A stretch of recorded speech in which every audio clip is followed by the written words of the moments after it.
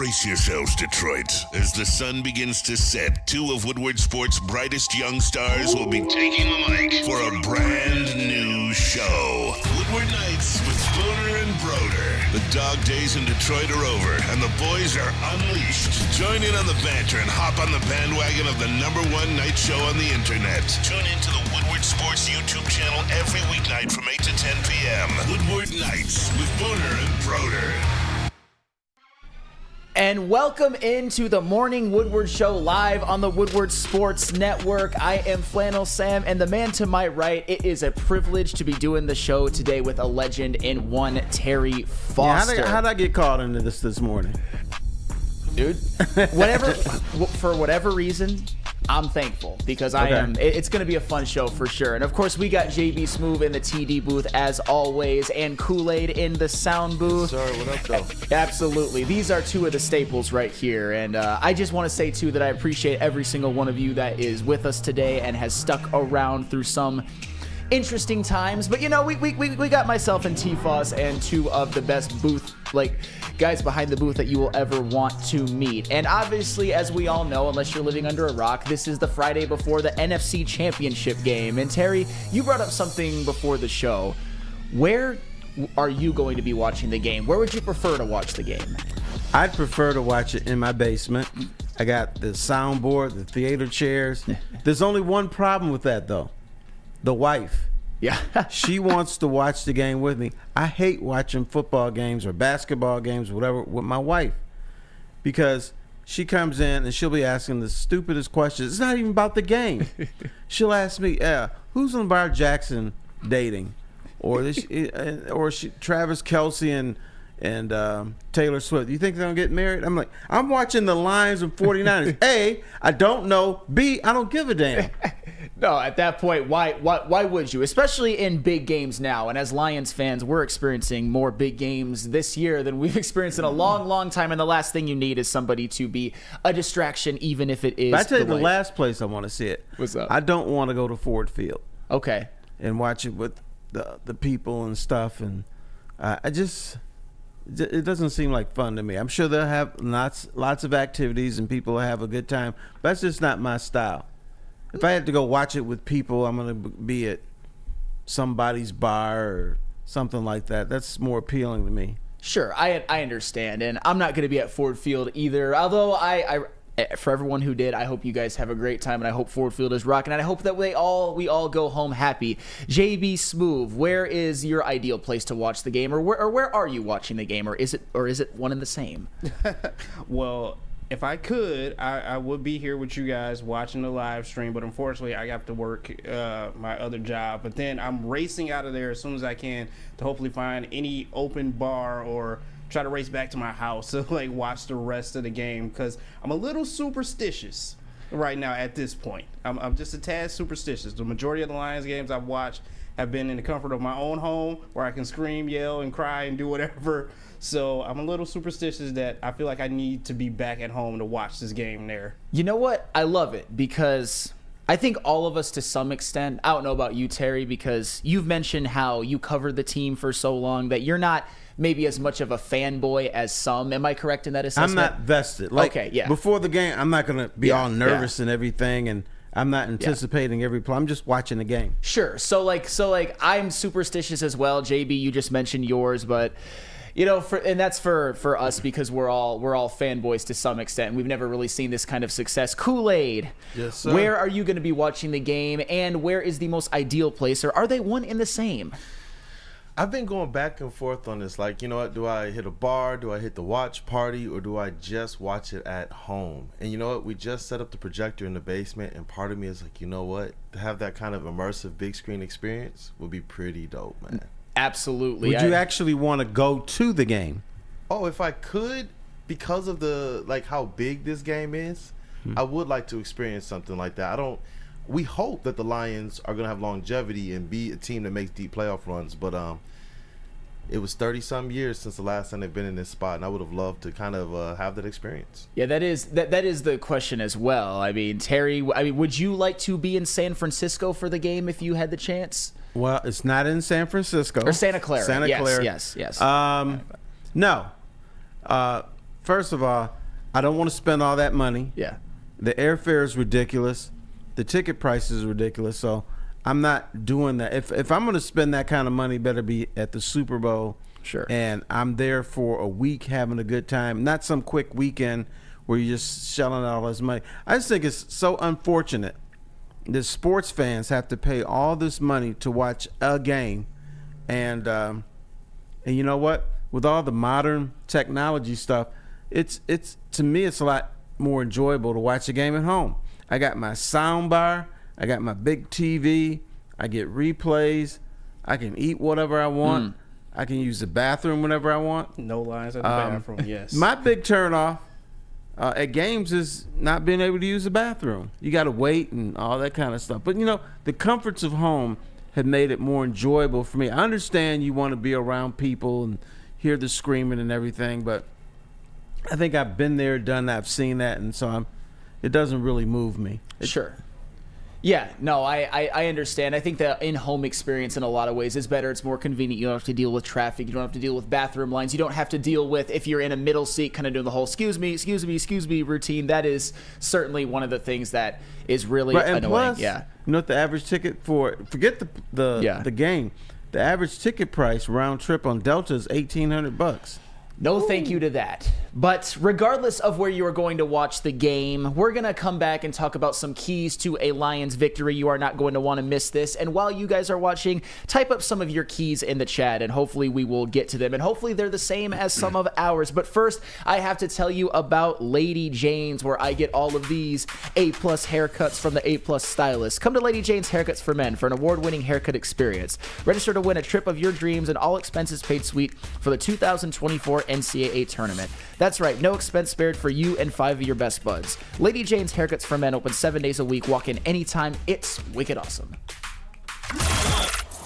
Woodward Sports' own Tom Mazaway and Sam Stick Day will be hosting our Lions postgame show after every Lions game all season long. Tune into the Woodward Sports YouTube channel for his hot-off-the-press takes, game analysis, and Kool-Aid sipping celebrations. You won't want to miss it. Join Maz, Stick, and special guests each week immediately following every Lions game, exclusively on the WSN YouTube channel.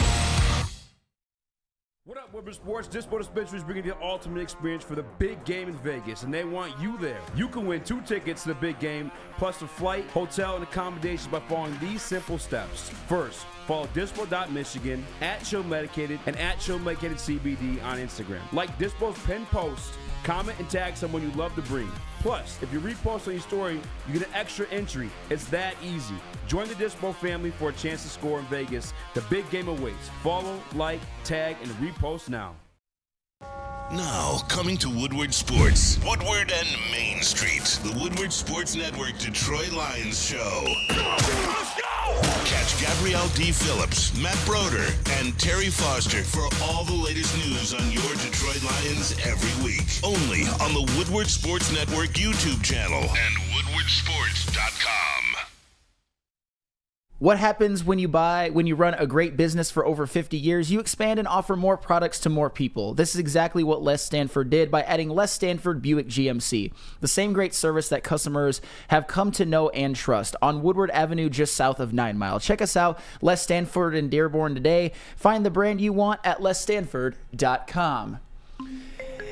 Let's get into the game, because this is obviously one of the most anticipated days in the history of Detroit sports. They're playing at San Francisco in the NFC Championship Can I stop game. you for a second? Yes. I'll say this. It's the most anticipated game in Detroit sports history. At least, in the last 100 years. You know what? And that's coming from Terry Foster, who's been a part of media during all 4 of the recent Red Wings Stanley Cups, all 3 of the Pistons championships, and obviously the Tigers won in 68 and 84 in the modern MLB. The Lions have not won one, but in Detroit, football is king, and especially right now, the NFL is just so far above every other sport that, yes, I would agree with you, even though I didn't get to experience all the other championships as closely as you did. I would agree. But if Terry Foster is saying so, that is certainly a ringing endorsement.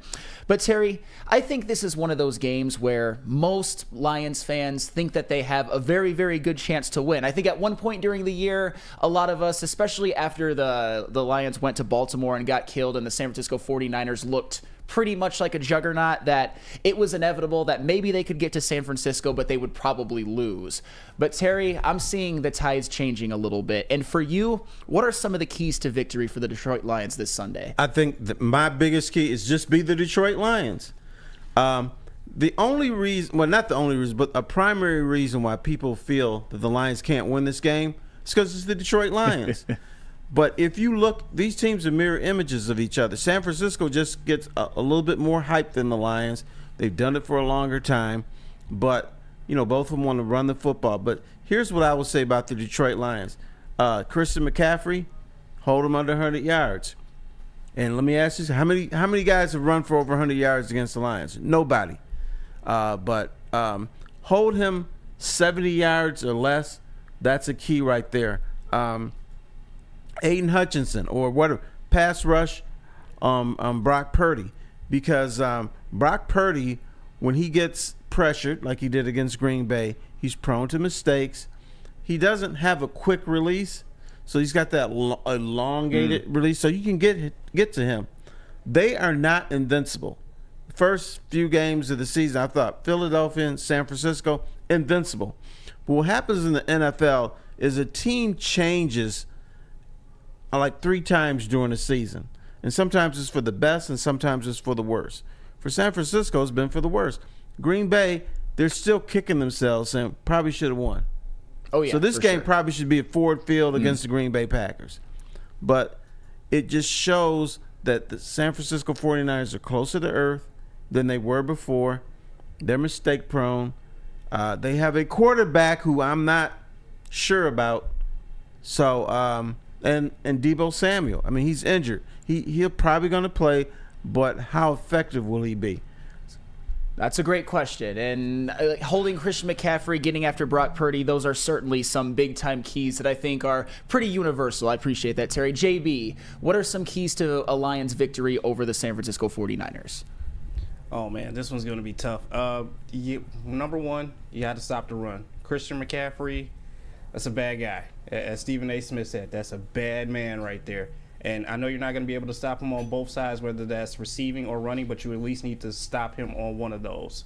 It doesn't matter which one it is, you just have to stop them on one of them. As well as that, for the Lions, you have to run the football. I'm going to give you a stat right now. The San Francisco 49ers are 10-1 when their opponents rush for under 100 yards.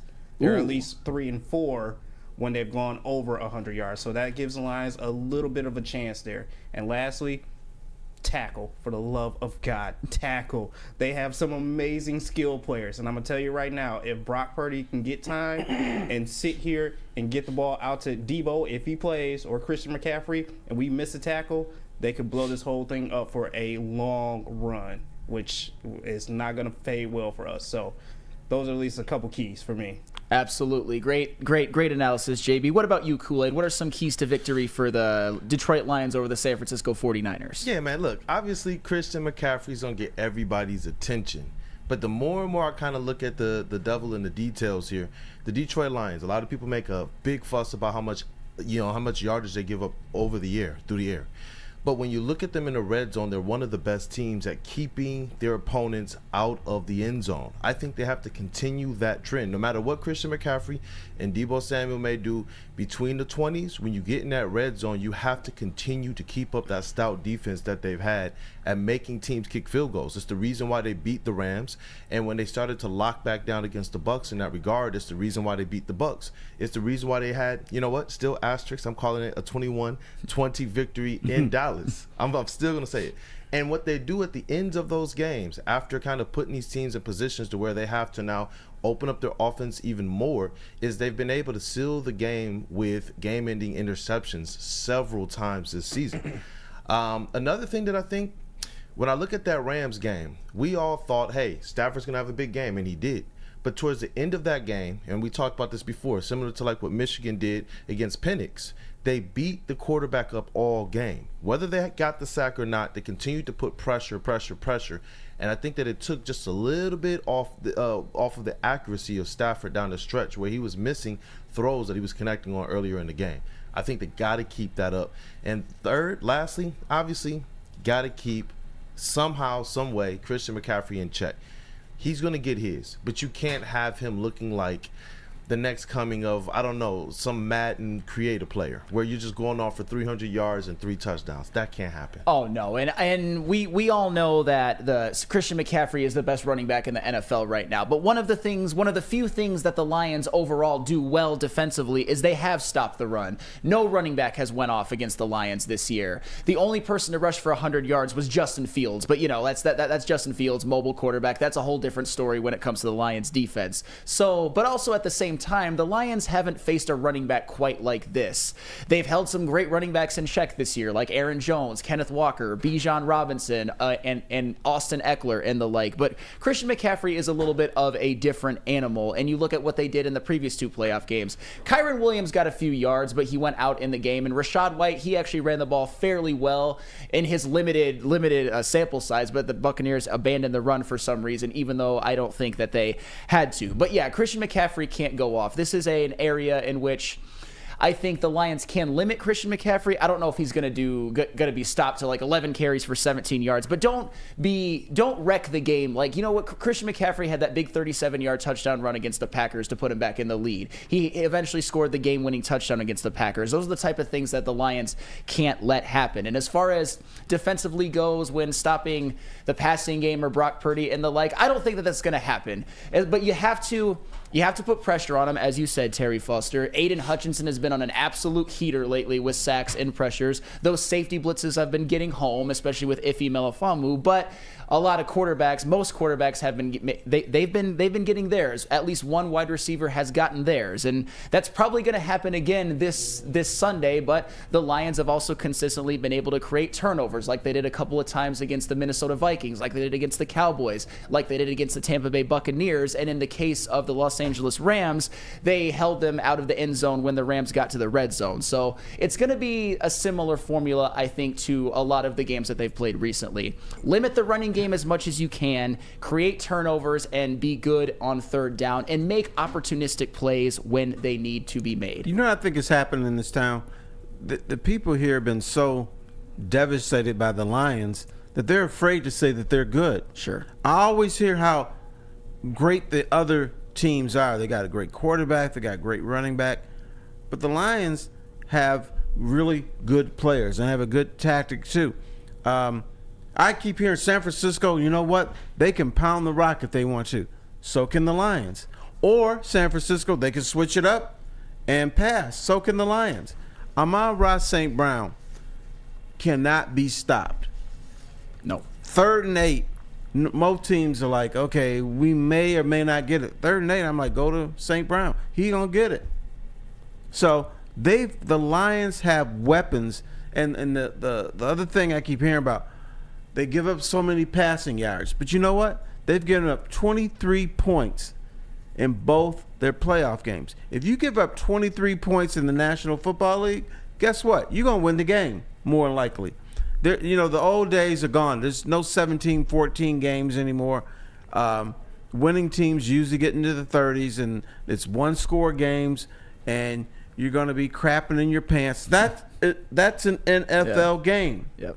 Forget about the Lions. That's the key. The other thing that this team does, and the O-line teams, they are poised at the end of games. You don't see people jumping off sides. You don't see a whole bunch of holding penalties and stuff like that. The Lions, if they lose, they just lose the game. It's because the other team was better. They don't kill themselves, and that's very important there too. Don't kill yourself. I mean, you saw it at the end of the Rams game when they just needed a couple of first downs to salt the game away after they ultimately stopped the Rams on their last attempt to get a go-ahead field goal or touchdown. And both of the first down conversions were through the air because, I mean, the first one was to David Montgomery, which was a safe pass, but the second one was to Amon-Ra St. Brown because, as you said, there is no real more reliable pass play in the NFL than like the 3rd and 8 pass to Amon-Ra St. Brown that goes for between like 9 and 15 yards. It's almost automatic. They have almost like that telepathic level chemistry. And we haven't even touched on the offense really. And that's the thing. The Lions being more bend but don't break defensively. That also goes with the Lions having an offense that can score points. And yeah, we talk about the 49ers and how they have a good defense and how they have a bunch of all pros on offense. But so do the Lions. They have a better offensive line. They have the best offensive line in the league. What the 49ers have with Christian McCaffrey, the Lions have with Jahmyr Gibbs and David Montgomery. I would think them two as a combo is even better than what Christian McCaffrey can give. Amon-Ra St. Brown, Frank Ragnow. So this is a loaded offense, and I think personally that it's almost a non-negotiable. Even if you're going up against a good defense, the Lions are still going to put up points. Oh, we didn't mention Sam Laporta. He's pretty good too. Sam Laporta. Yeah, Sam Laporta, another second-team All-Pro. I mean, the thing is, the Lions have a loaded offense, and I know that we know that. I don't know if nationally they really do, but the Lions 100% have a loaded offense that is as good as anybody, and yes, I include the San Francisco 49ers. And I'm going to stop right there because that is their opponent in the NFC Championship game. I'm not going to go any further than that. And speaking of offense, when we come back, we're going to talk about a key player for the Lions offense. Like if the Lions are to win, who is going to be the offensive MVP? But first I have to tell you about Dispo. Experience Dispo Dispensary, a team that curates an unbelievable atmosphere. Dispo is now giving out 2 tickets plus hotel and flight accommodations to this year's big game in Vegas. Go on Dispo's Instagram page at dispo.michigan and follow directions on the pin post, or scan the QR code and it will take you there. Let's get you sports fans to Vegas. Dispo Dispensary, disposhops.com, your local cannabis plug. Have you ever wondered where all the finest restaurants get their steaks? It's Fairway Packing Company, providing Michigan restaurants, hotels, and casinos with prime beef for over 60 years. But now you can buy these cuts of meat for yourself at the Steak Shop by Fairway Packing Company. Prime porterhouse, A5 Japanese New York strip steak, dry aged Wagyu beef tomahawk.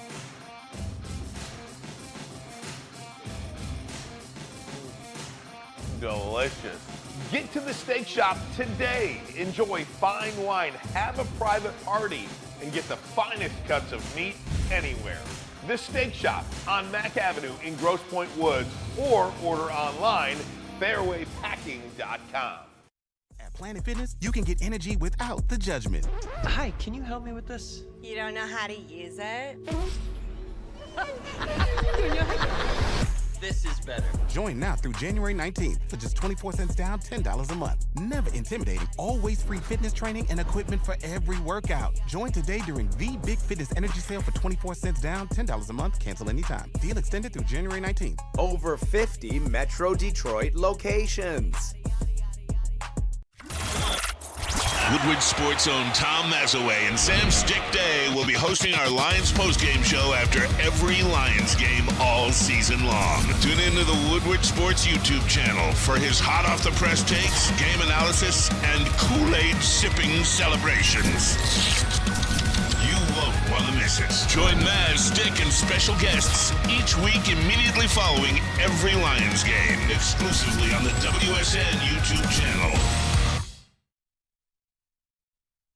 Now, coming to Woodward Sports, Woodward and Main Street, the Woodward Sports Network Detroit Lions Show. Let's go! Catch Gabrielle D. Phillips, Matt Broder, and Terry Foster for all the latest news on your Detroit Lions every week. Only on the Woodward Sports Network YouTube channel and woodwardsports.com. Dreaming of a new home but feeling the financial pinch? Mark White & Associates, your trusted real estate experts, are here to help. Mark White and his team will pay up to $5,000 of your closing costs. That's right, I said $5,000. Call Mark White & Associates today at 248-290-8242 or visit them at markwhitesells.com. Again, call Mark White today at 248-290-8242 to make your dreams come true.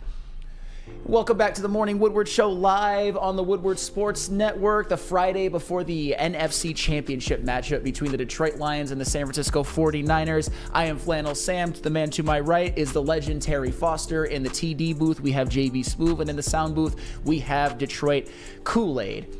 So yes, I think we would all agree that the offense is, the Lions offense is elite. It is the better unit of the Lions too when it comes to offense, defense, and if you want to include special teams, the Lions offense, I would say, is their key to victory. So Terry Foster, let me ask you, if the Lions are to beat the San Francisco 49ers, who will be the offensive MVP of that game? I'm going to say Amon-Ra St. Brown. Great answer. I just think that it's going to be a tight game, and every play is going to count. So his little 12-yard plays are going to be key. Every time he makes a first down, when it's third down, that's going to be key. But what they have to do is find the guy, because he doesn't drop. I think I saw him drop one pass the last few weeks. He doesn't drop passes. He's a very smart player. He's a cerebral player. I just think he will be the key. Obviously, Jared Goff will be in the conversation, but I just think when he gets in trouble, look for St. Brown, and you will bail yourself out. Yes, Amon-Ra St. Brown, he was first-team All-Pro for a reason, and I see in the chat, Peter Van Larhoven, Jared Goff will be the MVP. Nick Hedigen has a good one, and more on that later. JB Smoove, if the Lions are to win this game on Sunday, who will be the offensive MVP? I got to go with the running back combo of Monty and Gibbs on this one, just because I think Goff is going to be limited into what he can do. There needs to be that balance of pass and run. But 49ers have two great linebackers over there that you might want to be a little scared of, in Greenlaw and Fred Warner. So I don't know how many times Goff is going to sit here and, throw up the ball deep to Amon-Ra or J-Mo if he gets open wide enough. If he does, hey, go for it. But I think this game is going to be won on the ground with Monty and Gibbs. Okay, and Hoof-Hearted says David Montgomery. That's a good one. I see Eduardo O'Neill mentioning Gibbs as well. And he also mentions Frank Ragnow, which is a big one. I see Josh Reynolds in here. That's a bit aggressive, but he has been very big for the Lions in this postseason. What about you, Kool-Aid? If the Lions are to win this game, win the NFC Championship, who will be their offensive MVP? I think it has to be Jahmyr Gibbs.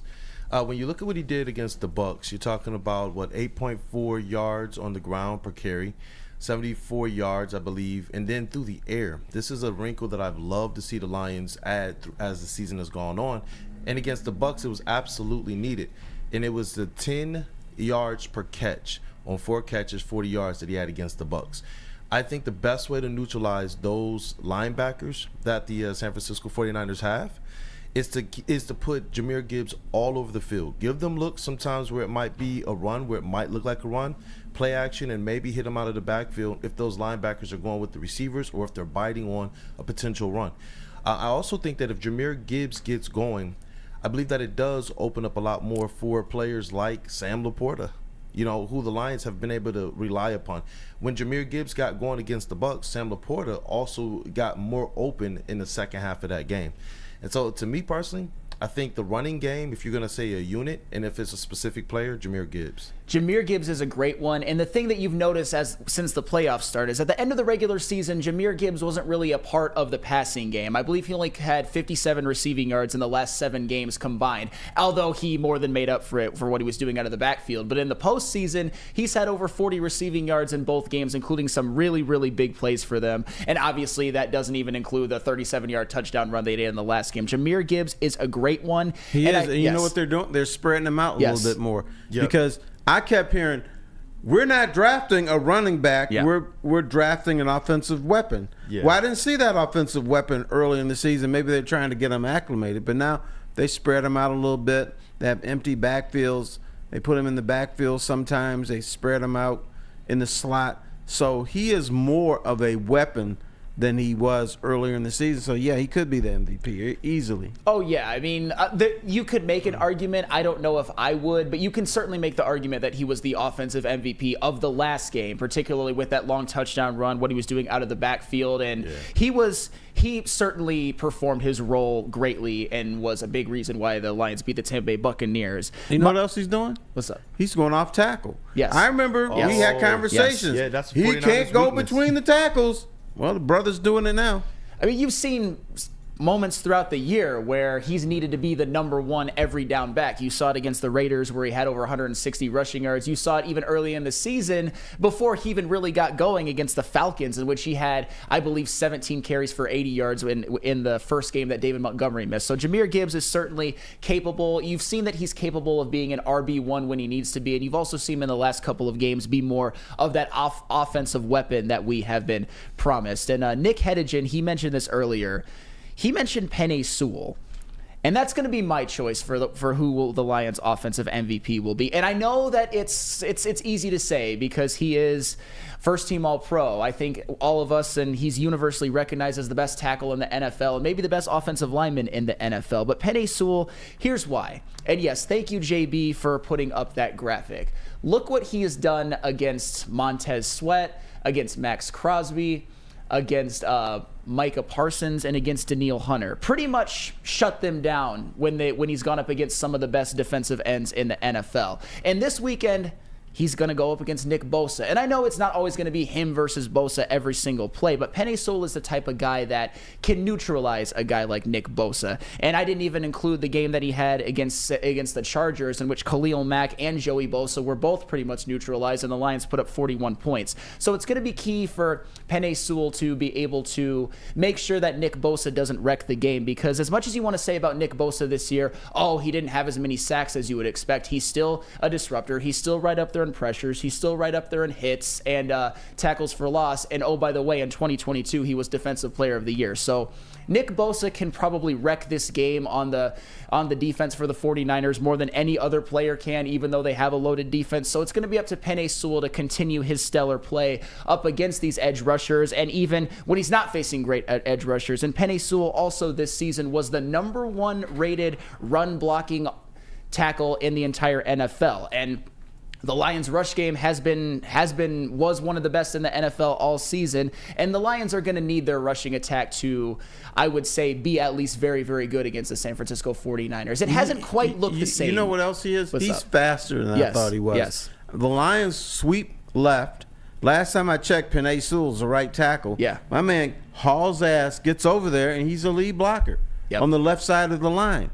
So most linemen cannot do that. But he's like an anvil. He's a tough guy. And, he's got that right side locked down. But if you need him on the left side, he's go over there. Absolutely. I mean, he's the best in the game in year 3. And for one of the reasons that you mentioned, he's got the athleticism. I mean, he's an offensive lineman, but he's got the athleticism of like maybe not quite a wide receiver. But I get what you're saying. Just very few men that size are as nimble and can move like him. And like I said, in the running game, he's been the top-rated PFF tackle in the NFL in terms of run blocking, and we've all seen what the Lions' rushing attack has done throughout the regular season. It hasn't quite gotten on track in the postseason as much as it was in the regular season, but this is going to be a big test. As I said, Penei Sewell, he's going to have to keep Nick Bosa out of Jared Goff's grill, and also the Lions are going to need to be able to run the ball, but the 49ers do have a good rush defense, but usually when the offensive line is healthy, which they're not quite, Jonah Jackson is going to be out, but usually this running game, no matter who they're facing, they get their yards. Yeah. You got my head percolating on something. You know what I would do? Maybe not this game, What's up? But down the road, do a little refrigerator Perry. Give Penei Sewell the ball sometimes. Second down and goal at the 1 yard line. He's athletic. When he moves forward, you're not stopping him. So I would put that in my little arsenal, keep it in the back burner. Don't tell anybody that. But I would let him carry the ball now and then. You know what? I don't necessarily hate that. I mean, if Craig Reynolds can get a rushing touchdown in the playoffs, so can Penei Sewell. And Eric Allen, Penei Sewell's first ever start. Do you not remember Sewell locking down Bosa in his first NFL start from the left tackle spot as well? I mean, I don't know how much that's going to carry over into this game. But Penei Sewell, I guess the point is that from basically day one, you saw that he was going to be an elite player. And by year 3, he has taken a step into becoming the best offensive lineman in the NFL. And it all started with going up against Nick Bosa. And it's funny how everything comes full circle. The NFC Championship game, one of the biggest factors is, can Penei Sewell at least play his role in keeping Nick Bosa out of Jared Goff's face. And You know yes. when he really convinced me? What's up? When he got into it with Aaron Donald and said, "You know what, dude? I ain't your bitch." Yeah. No, yeah. Oh yeah. So what we gonna do about this? I was impressed by that. Well, that's huge because at that point in time too, I believe the Lions. I don't believe it. I know it. The Lions were winless. Penei Sewell was a rookie. Aaron Donald is probably the best defensive player, at least of this generation. I would probably say ever. And Penei Sewell just wasn't scared, and that's huge. And that's what you need from an offensive lineman. You need a little bit of nastiness. You need a little bit of, I'm not going to take your crap. And now at the end of the day, it's funny. Penei Sewell is, when you talk about the pantheon of NFL greats, Penei Sewell is right up there with a guy like Aaron Donald. And when we come back, we're going to talk a little bit about the defensive side of the ball. If the Lions are to win this game, who is going to be their defensive MVP? But the best defense around, of course, is Guardian Alarm. It's a new year. Let Guardian Alarm offer you customized solutions from real experts. Our professional technicians take the time to recommend security and automation solutions specific to your needs. 24/7 professional monitoring. Call us anytime, day or night, and know that a Guardian team member will stay on the phone as long as needed. Technology backed by people. Your safety and security deserves technology that's been proven to work and people have been proven to care. Call 1-800-STAY-OUT. That's 1-800-STAY-OUT. Guardian Alarm, your local security experts. Bam. Now, coming to Woodward Sports, Woodward and Main Street, the Woodward Sports Network Detroit Lions Show. Let's go! Catch Gabrielle D. Phillips, Matt Broder, and Terry Foster for all the latest news on your Detroit Lions every week. Only on the Woodward Sports Network YouTube channel and woodwardsports.com. At work and at home, we're there with smarter security solutions. Featuring complete automation with customized alerts and more. For over 90 years, we've been the company that's been counted on to protect what matters most, all with personalized service and care. Right now, for a limited time, receive a free video device plus free installation with a new home system. Guardian Alarm. We protect Michigan.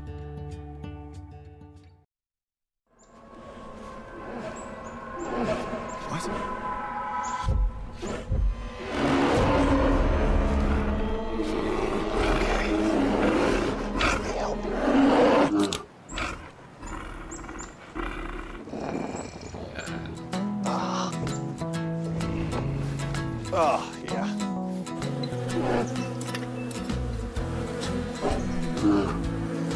Nothing. G-G-G-G-A.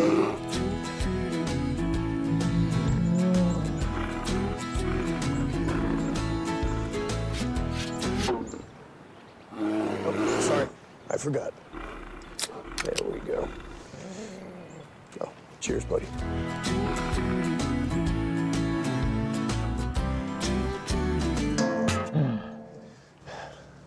I think we need to get you a pick. For over 60 years, Fairway Packing Company has provided Michigan's finest restaurants, hotels, and casinos with prime beef, Wagyu beef, and dry-aged beef. Experience the Fairway difference for yourself today. Visit the steak shop in Grosse Pointe Woods for grab-and-go steaks or order online at fairwaypacking.com.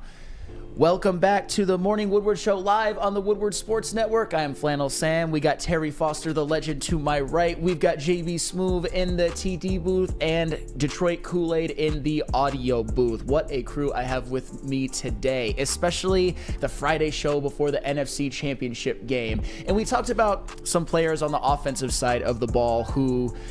If the Lions were to win, who would be the offensive MVP? Now we're going to go to the defensive side of the ball. And the defense is the unit in which I think there are more questions. You've seen some more, I would say, cracks, especially in the pass defense. But it's all well and good because the Lions are in the NFC Championship game and their defense has done just enough in pretty much in most of the games to end the year and all of the games in the playoffs. So Terry Foster, if the Lions are to beat the San Francisco 49ers, who will be the Lions' defensive MVP for the game? Well, Flannel, since you're such a great guy, I'm going to give you a bonus. Okay.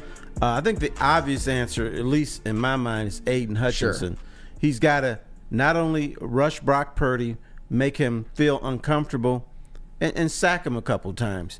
If he does that, then the Lions have an excellent shot at winning. But I'm going to give you a bonus. Here's a guy who better play better. and that's Cam Sutton. I don't know what's up with Cam Sutton. I know he's got, usually defending the best receivers, but my man gets caught out of position. He's turning around, getting all twisted into the ground and stuff, overplaying things. He has to at least be within 5 yards or 10 yards of the receiver. Sometimes he's not even in the picture. So that's a guy who had better play better. But obviously, to me, the guy is Aiden Hutchinson, and he's the guy that's got to really bring. And Lee McNeil. Okay. Aiden can't get him. McNeil needs to be there to bring Purdy down. Oh, yes. That's Aiden Hutchinson's a great one. Cam Sutton, man.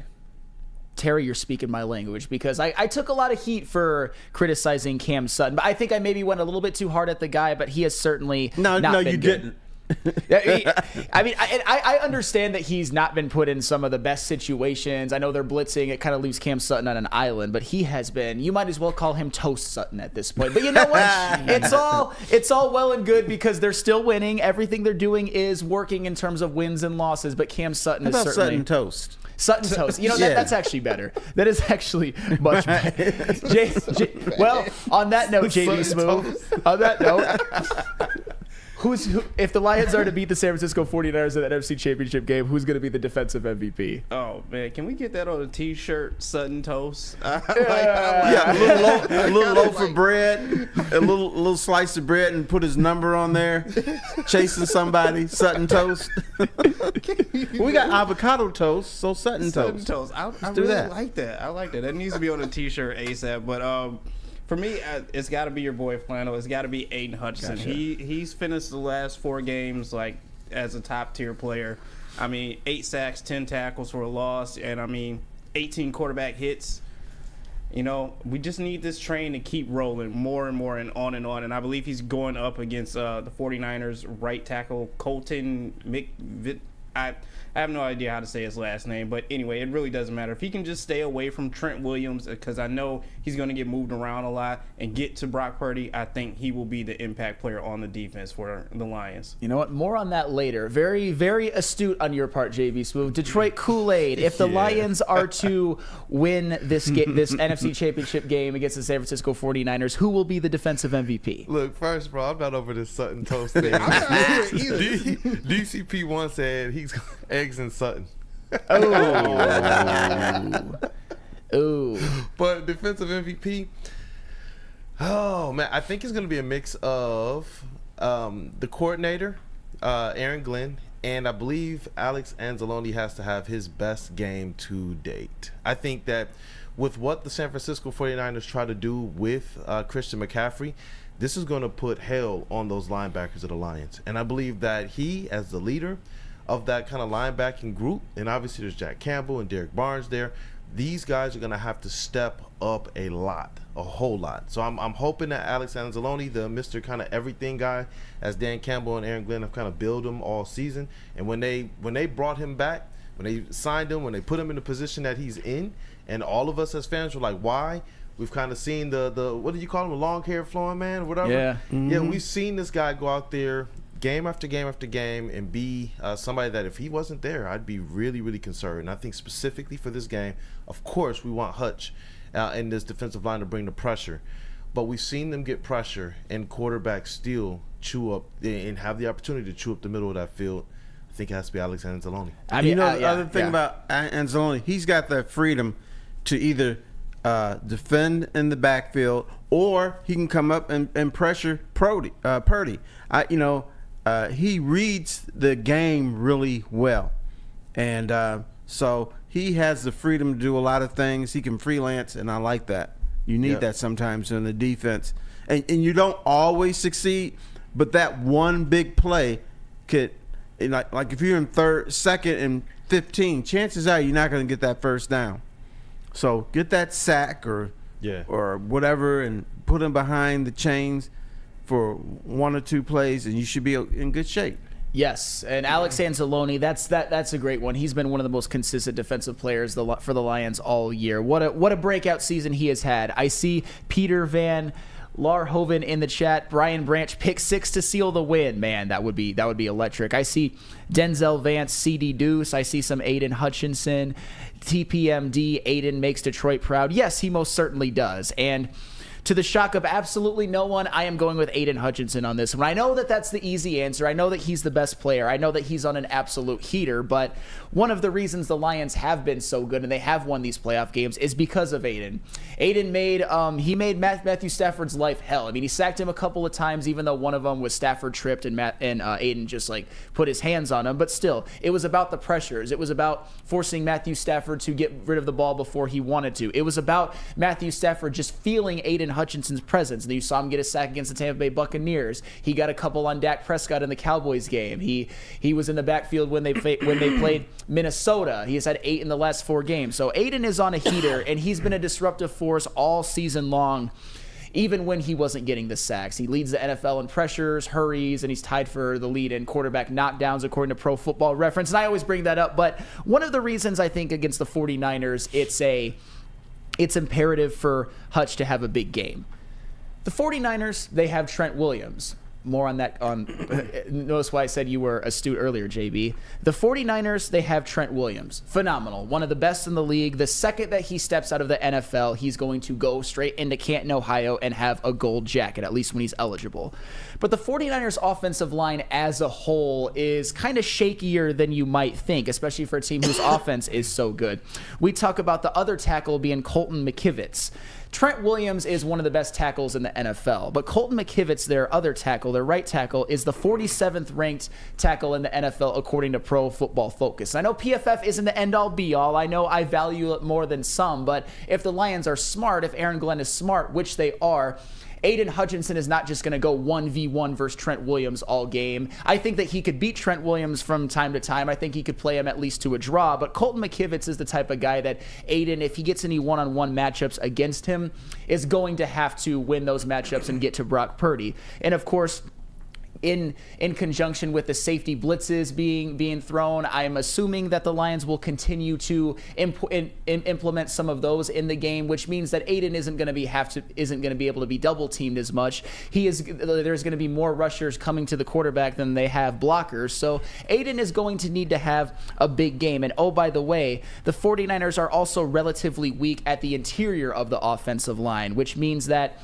Aleem McNeil, I think, is going to be a disruptor as well, which will open things up more for Aiden Hutchinson. I could see Aiden having another huge game and adding to his postseason legend because, man, what Aiden has done at the end of the regular season and then going into the playoffs, which is where legends are born, he is turning into, I believe, a superstar right before our eyes. Or Aiden Hutchinson may not get the sacks, but he's running Purdy right into McNeil. Yes. So that's a possibility too. Another thing with Aiden, and they've done it a little bit this year, you move him around. Yes. He can be in the interior, he can come up through the right side. So you can be creative with him. He's going to be a disruptor no matter where you put him. He's been a disruptor all season long. And the funny thing, and the thing too is, I know that the 49ers have been blitzing more, but against the San Francisco 49ers, they have a lot of weapons. So if they can't blitz as much, you're going to need Aiden to get pressure even when they're not blitzing, where they're only rushing 4. And Aiden has pretty much consistently done that all year, but this is going to be where they're going to need him to have one of his better games. And oh, by the way, the 49ers are going to run the ball a lot as well, or they're going to attempt to with Christian McCaffrey. And Aiden has been one of the linchpins in stopping the run for the Lions this year. So I think we all have great answers. I know that we all landed on Aiden Hutchinson, at least as to a key. Kool-Aid, you mentioned Anzalone. Terry, you mentioned Cam Sutton for another reason. Just don't give up too much. Somebody who needs to play better, who hasn't been playing well. But the bottom line is that this defense hasn't been great this year. When you look at the numbers in the regular season, they don't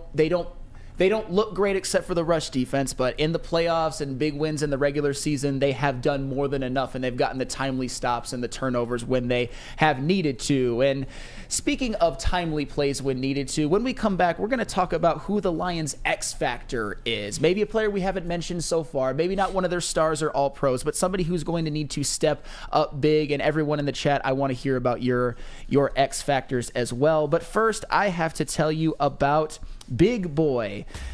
Wintertime in Detroit is always better with comfort foods from Big Boy. Try the veal parmigiana or the new Southern Comfort Chicken Bowl. How about breakfast? The stuffed potato pancakes are back. The classic lumberjack or Santa Fe Garde. Also, new apple pie hotcakes that are too good to miss. Top it all off with the new gingerbread shake for dessert. Stop by your local Big Boy today. Savor the heart of home at Big Boy with our all-new down-home comfort dishes. Feast on home-style goodness with our Southern Comfort Chicken Bowl, veal parmigiana, and apple pie hotcakes. The down-home delight doesn't stop there. Potato pancakes are back. Dive into the richness of our perfectly crafted potatoes with our classic potato pancakes and our stuffed potato pancakes. Top off your meal with our new gingerbread shake, a seamless blend of creamy vanilla and sweet gingerbread flavors. Nothing beats the comforting taste of down-home cooking. Enjoy every bite, only at Big Boy. Stop searching for a vehicle and start finding one. Les Stanford Chevrolet Cadillac makes it easy. We harness the power of multiple dealerships and own the biggest selection of GM brands in the area to get you the car you need. With the Les Stanford Group, you'll have access to 4 different dealerships, providing you with more makes, more models, and more choices. We're connected to more than 1,000 vehicles, and with so many high-quality CPO vehicles available, you'll find new car quality at pre-owned prices. You can start and end your search at lesstanford.com today. What up, Woodward Sports? Dispo Dispensary is bringing you the ultimate experience for the big game in Vegas, and they want you there. You can win 2 tickets to the big game, plus a flight, hotel, and accommodations by following these simple steps. First, follow dispo.michigan, @showmedicated, and @showmedicatedcbd on Instagram. Like Dispo's pinned post, comment and tag someone you love to bring. Plus, if you repost on your story, you get an extra entry. It's that easy. Join the Dispo family for a chance to score in Vegas. The big game awaits. Follow, like, tag, and repost now. RIP to the same old Lions. Big thanks to Sheila, Brad, and Dan for putting them to rest. And guess what else has found the grave? Same old rock, paper, scissors. Jack Labrador has revolutionized that tired game with 2 new symbols and a franchise-changing 3-point play. Discover the action at jacklabrador.gg now and find out why, once you go Jack, you never go back. Cruising into hour number 2 of the Friday Morning Woodward Show live on the Woodward Sports Network before the NFC Championship game on Sunday between the Detroit Lions and the San Francisco 49ers. Man, it just feels good to be able to break down games like that. Of course, with Terry Foster, JV Smoove, and Detroit Kool-Aid. And we talked about offensive and defensive MVPs, or who they're going to need to be for the Detroit Lions. Terry, who is the biggest Lions X factor if they are going to want to win this game? Okay, I'm going to make your head spin. All right. Punter Jack Fox. Okay. This guy is booting the ball phenomenally. And a lot of his punts, he's pinned people back inside the 10-yard line. Now, I'm telling you this. Brock Purdy, and forgive me, Lindsey Hunter, if you're listening, Brock Purdy is not going to lead the 49ers on 85 and 90-yard touchdown drives. He might get a field goal, or he might turn it over, but they're not going to score touchdowns on that. If Jack Fox, gets good field position and is punting the way he's doing it, and they're starting inside the 10, inside the 15, it's lights out.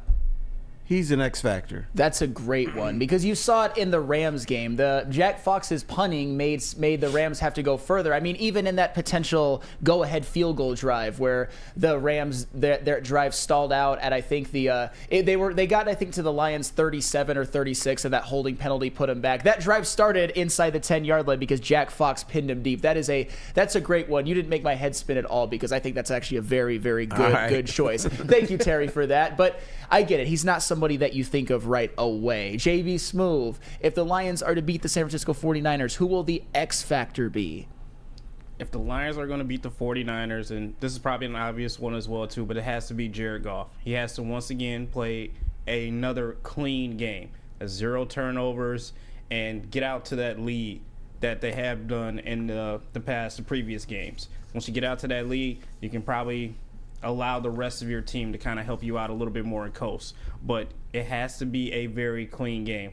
Like you said, the 49ers defense, they're a bit nasty. So we just have to play smart and get out to that early lead that they have in the postseason, and then everything will take care of itself from there. So Goff, clean game. That's a great one, because we haven't mentioned Goff maybe as much as we should have. And Jared Goff in a lot of ways is, and this isn't a knock on him, he's a little bit of a product of what's around him, although he leads that offense brilliantly. But as long as, I think with Jared Goff, the key is he doesn't have to have this 300-yard, 4-touchdown game. He just needs to not turn the football over, which he hasn't in the postseason. To his credit, he has played very, very well. Detroit Kool-Aid, if the Lions are to beat the San Francisco 49ers, who will the X factor be for the Lions? I think the X factor has to be David Montgomery. Okay. I do believe that Jahmyr Gibbs will be the game MVP if we wind up beating the 49ers. But I believe for David Montgomery to kind of be that back that every time you hand him the ball, you know it's at least 5 yards. I think that's the key to this Lions offense, being able to put more pressure on the San Francisco 49ers to have to try and keep up and force Brock Purdy into a type of quarterback that has to do more through the air. So I think if David Montgomery is doing what he's supposed to be doing along with Jahmyr Gibbs, I believe that's the X factor to this game. I love it. And David, you know Montgomery, what? yeah. Are you ready for some old school Pistons? You know what David Montgomery is? know. He's Rip Hamilton. Okay. Rip Hamilton just curl off, make his little baskets and everything. Didn't get as much credit for what he did.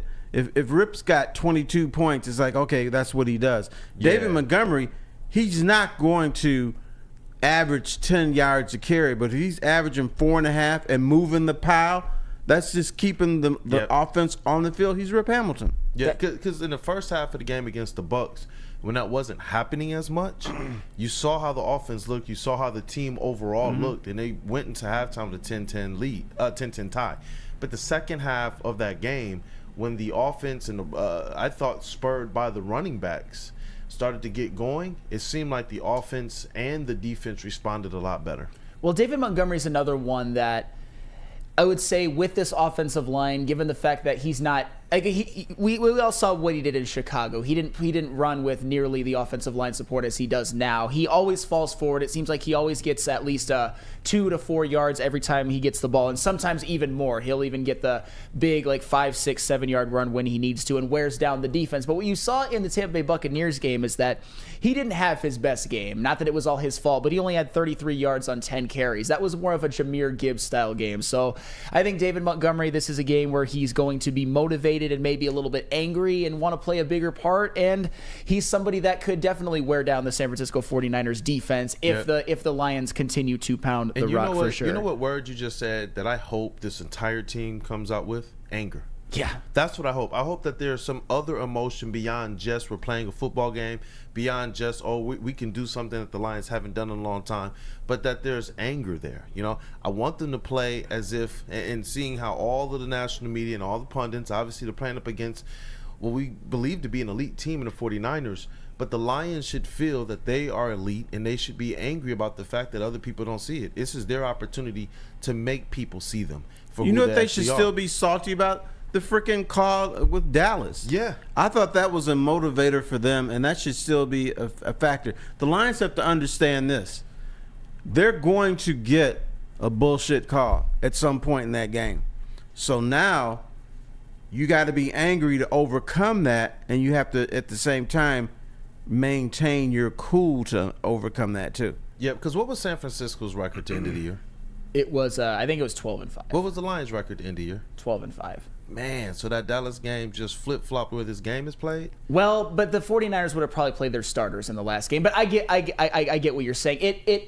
The Cowboys game eliminated them from even that possibility for the Lions, which was obviously a game in which there was some controversy, to put it very, very lightly. Certainly some controversy. And Alex Haggerty, he's got a good one, and he's kind of on the same wavelength as me. And it's hard to call this guy an X factor because he's an all-pro, but this is interesting. Offensive X factor for me is Frank Ragnow. He has to play the whole game. If he has 30% of himself for half the game, the 49ers will be in Goff's face all day. And yeah, Frank Ragnow has been an absolute warrior. We already know that his toe is something that's going to be a problem for him the rest of his career. The knee, the ankle, he's a warrior, but it's going to be hard to go into that game and he's not going to be 100%. That is for sure. But to me, but I think offensive linemen are people that we can always view as an X factor. Yeah. Because we don't have stats for them.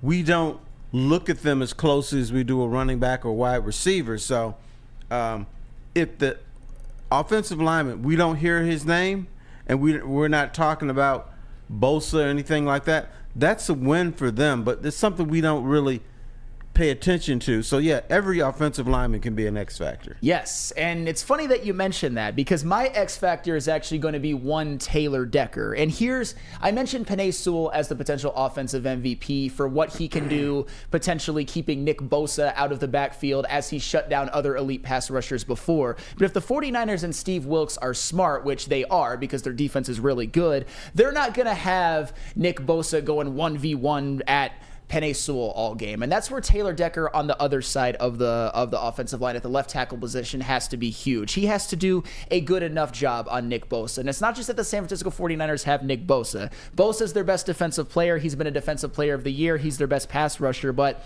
in the middle of the season, they went after Chase Young, a guy that a lot of Lions fans wanted. And even though Chase Young, the sack numbers that he's put up with the 49ers haven't been great, he's still somebody that's had success in this league and you have to key in on. Eric Armstead, another edge rusher who has been good at times and has had a good season. Randy Gregory was another mid-season acquisition. Cleveland Farrell. And then, of course, Javon Hargrave on the inside, who is not going to be so much Taylor Decker's problem, but still, it's an all-encompassing defensive line. They've got a lot of guys that can and will rush the passer and wreck the game if they have to. So Taylor Decker has to do his job at the left tackle position, and especially when Nick Bosa is lined up against him, maybe be able to block him a couple of times single teaming, because the 49ers have a lot of threats coming at Jared Goff, and we all know that if Goff gets a bunch of pressure, that is probably the number one scenario, other than maybe giving up a bunch of passing yards and touchdowns, to how the 49ers are going to win this game and the Lions are going to lose. If they're all in Jared Goff's face all day, Goff is probably going to get sacked a bunch of times. He might be forced to throw a couple of bad balls. He could fumble. He's also been prone to do that. So to me, it's funny how it's in conjunction. I think the MVP of this game, if their Lions are to win, will be Penei Sewell, and the X factor on the other end, blocking guys like Bosa and Chase Young and Armstead, Randy Gregory, Cleveland Farrell, will be Taylor Decker. As you said, offensive linemen can always be X factors. Right, and the other thing, the rest of the interior, I'm talking about the guards, don't be an embarrassment. Yeah. Don't be like a shopping cart where they're just pushing you back into Jared Goff. That's another.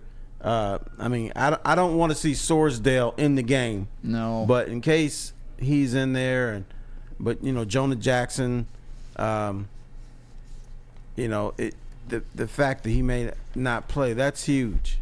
Yeah, no, Jonah Jackson isn't playing, and that's the thing. What we've always said, that when the Lions' offensive line is completely healthy, they've pretty much won all of those games except for Dallas, and their offenses look pretty much unstoppable. But Jonah Jackson, he's a guy that's missed games early in the year. He's going to miss this playoff game, and the games that he has missed, Jonah Jackson, the Lions have been 3-2, and they haven't quite looked the same. So it's imperative that whoever they have filling in for him plays well, that Frank Ragnow can stay healthy for the whole game, of course Graham Glasgow, and then the tackles, because the 49ers defensive line is no joke, and the Lions offensive line is their best unit. I believe it's their best unit even without Jonah Jackson. And when we come back, there's a player for the San Francisco 49ers that there's some question about whether he will play, how effective he will be if they play, but somebody we haven't brought up, I think, enough on today's show. But we're going to do a whole segment about him. But first, I got to tell you about Swiss Insurance. Do you have football on the brain?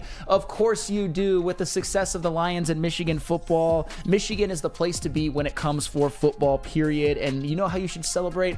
By shopping your home and auto insurance with Swiss Insurance. Shop it like a pro with Swiss Insurance. They cover Woodward Sports Network, and they should be covering you too. Ask for Mark at Swiss Insurance today at swissins.com or call 248-800-4177. Again, that is 248-800-4177, Swiss Insurance. At Planet Fitness, you can get energy without the judgment. Hi, can you help me with this? You don't know how to use it? This is better. Join now through January 19th for just 24 cents down, $10 a month. Never intimidating, always free fitness training and equipment for every workout. Join today during the Big Fitness Energy Sale for 24 cents down, $10 a month. Cancel anytime. Deal extended through January 19th. Over 50 Metro Detroit locations. Woodward Sports' own Tom Mazaway and Sam Stick Day will be hosting our Lions postgame show after every Lions game all season long. Tune into the Woodward Sports YouTube channel for his hot-off-the-press takes, game analysis, and Kool-Aid sipping celebrations. You won't want to miss it. Join Maz, Stick, and special guests each week immediately following every Lions game, exclusively on the WSN YouTube channel. Feel alive during Feldman Chevrolet's biggest New Year's sales event ever.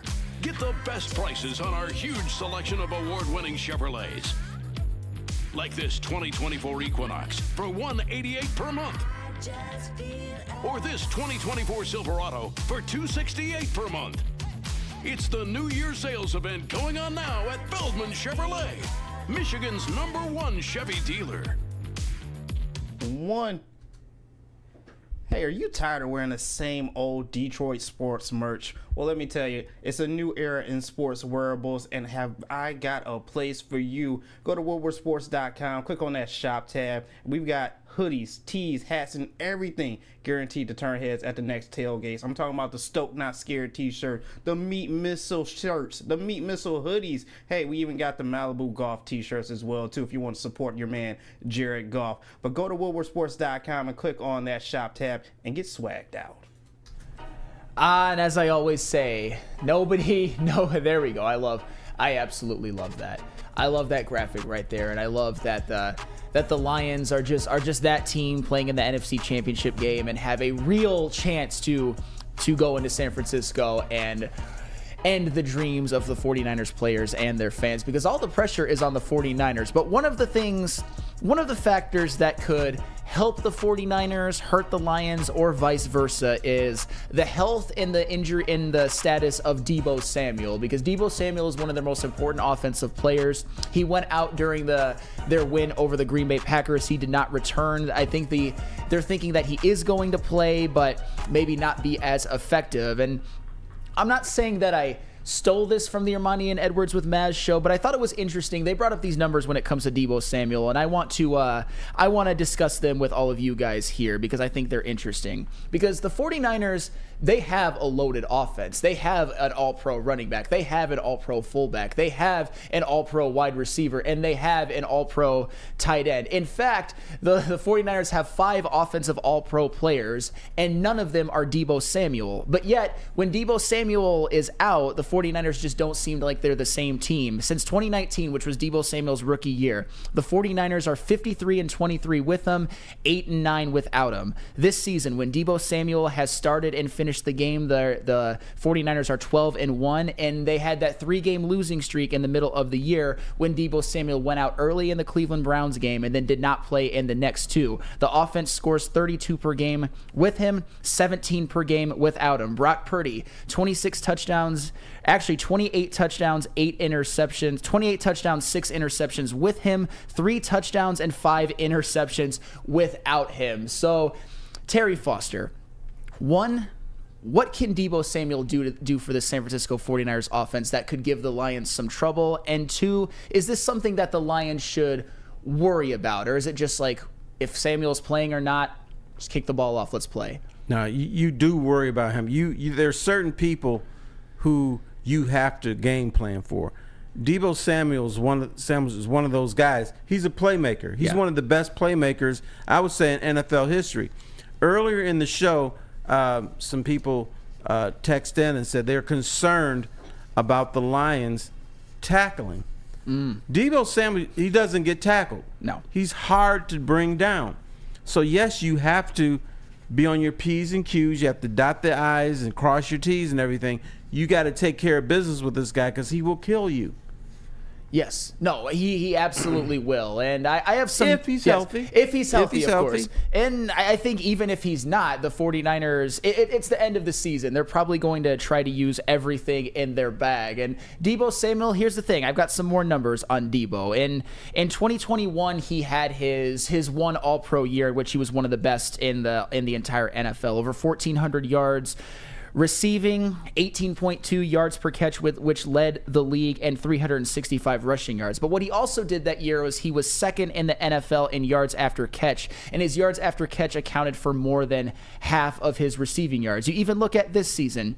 He had 892 receiving yards, 527 were after the catch, 225 rushing yards, and 5 touchdowns. You look at even some of the seasons in which he was either hurt his rookie year or not great. 2022, played 13 games. 493 out of a possible 632 yards were after the catch, along with 232 rushing yards. And even in his rookie season, more than half of his receiving yards were after the catch. So this is a guy that, when he gets the ball in his hand, specifically in these offenses that have had Jimmy Garoppolo and Brock Purdy, getting those short passes to Deebo and having him be an absolute demon after the catch is a huge part of their offense. You know about Deebo. He's powerful. He's a guy you don't want to tackle. He's a type of guy that DBs make business decisions about, but he's also elusive and fast. You said it, Terry.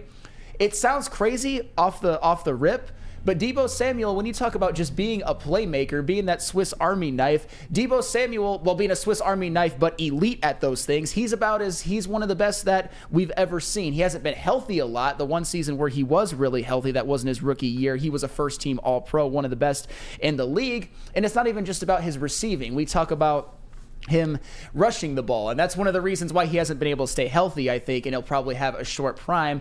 But during his career, he's had over 1,000 rushing yards, 1,007 and 19 touchdowns since 2019 on 6.3 yards per carry, and I think that plays a big role in the 49ers offense because that is on top of what Christian McCaffrey has been doing the last couple of years. That's on top of what guys like Elijah Mitchell and Jeff Wilson and Matt Breida and Tevin Coleman have been doing since the 49ers since Deebo Samuel has been in the league.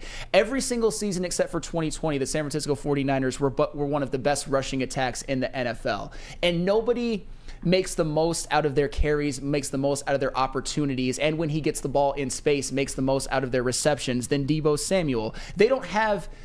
Like Brandon Ayuk, he's not as good after the catch as Deebo Samuel. George Kittle and Christian McCaffrey most certainly are, but Deebo Samuel, there is just something different with how he plays and that he's a yards after catch demon. He's fast, he's powerful. And when you look at the numbers, even with all the other talent that they have, it doesn't seem to matter as much when Deebo Samuel is out. He's like the engine of this team. Right, and the interesting thing to me was when Deebo Samuel was a free agent, so a lot of teams passed up on him. Yes. Well, I don't want to do because we know he's going to be injured. He's not going to last the season because of the type of game that he plays. But in a situation like this, one game and you move on, I want a guy on my team that can't be tackled. I want a guy who's a playmaker because I always go back to Wayne Fontes. They had good teams in the 90s, but the one thing he always harped on, we didn't make plays. We didn't have a playmaker. Even though they had Barry Sanders and Herman Moore on there, they didn't use them the right way. So if you have a playmaker, that's a guy that's different than a good NFL player. This guy makes a difference. This guy makes the defense change the way he wants to play. It's amazing that...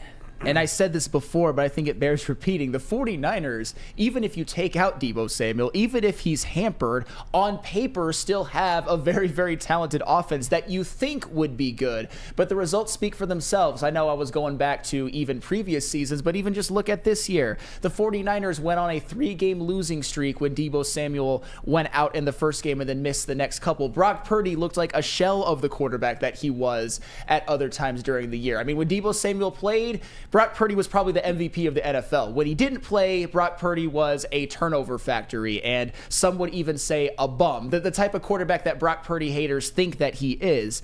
When Deebo Samuel didn't play, the offense just seemed to stall out. Only 17 points per game, and when he didn't play, and when he played, 32. There's just something about what he does for this offense, and I've said it before. I think it has to do with how good he is after the catch. All right, we've been kissing their ass for 2 hours. Yes. There is something wrong with this team, though.